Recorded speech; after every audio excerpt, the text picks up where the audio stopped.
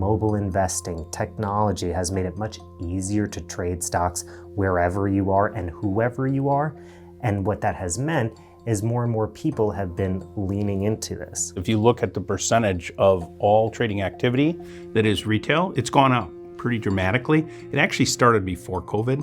It probably started 18, 19, and even up into 20. With all these retail investors in the market, we're starting to see these trends emerge, and one of these trends that's pretty reliable is the tendency for retail investors to buy the dip. This type of behavior has become stronger and stronger over the past 5 years, and it's been rewarded that entire time. If you look at things like the April 2nd tariff announcement, when markets tanked in response.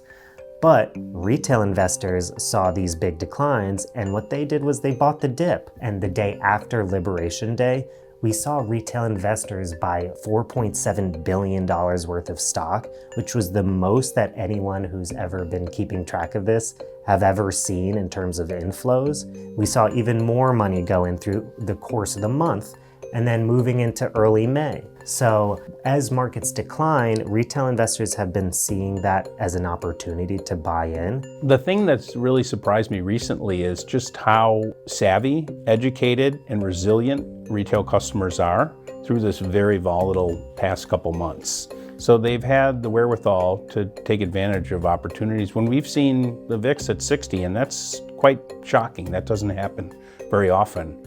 In a lot of instances, they've just had the conviction to say, I'm a fan of these names, I'm a fan of the market, I think this too shall pass, and they move past it.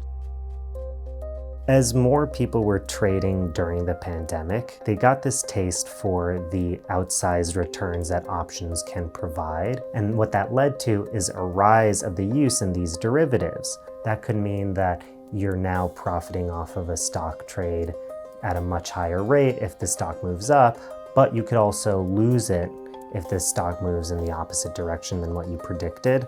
Option trading has just grown in popularity. And I think there's a couple things that are driving it. If you're a person who has a smaller account, it's a way more capital efficient way to put money to work. I think the other thing that's made them so popular is that there's a level of precision that you can use with them now. I mean, options used to be quarterly and monthly. Now you have shorter duration options. I think options are a very complex and sophisticated trading tool that there's definitely a right way to use. So while maybe some people blew up their accounts due to options, there's also another contingency of people who learned how options work and aren't giving it up because they've made these profitable strategies that they're going to continue building off of as long as they're investing in the market. Prediction markets allow traders to put money on whether an event will or won't happen, and it's used as a way to wager on the outcome of an uncertain event. And that can be things like elections, it can be things like the weather, it can be Rotten Tomato scores, it can be the Grammys, it can be anything. And because it can be anything and often has a pop culture or some easy to understand hook, we've seen retail investors really flock to it. It's a little bit easier to understand whether the weather is going to hit a certain temperature or not compared to what's the PE ratio of a stock. What the prediction markets allow customers to do is say, hey, you know what, I have this rock solid portfolio, it's amazing, I'm doing well. The only thing that could derail it is a terrible jobs number. But how do I protect myself against a terrible jobs number? Well, I have a prediction market on the jobs number or any economic figure. As these prediction markets are so new, regulators are still trying to decide what to do with them.